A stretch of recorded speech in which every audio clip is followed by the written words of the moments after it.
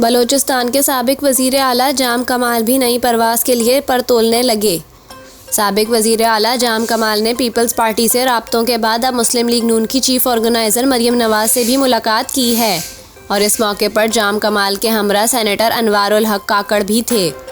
बलूचिस्तान अवामी party बाप के रहनुमा जाम कमाल साबिक वज़ीर आज़म नवाज शरीफ और फिर शाहिद खाकान अब्बासी की वफाकी काबीना में भी वज़ीर थे। अपनी हुकूमत ख़त्म होने के बाद वो बलूचिस्तान अवामी पार्टी के सरबराह बन गए।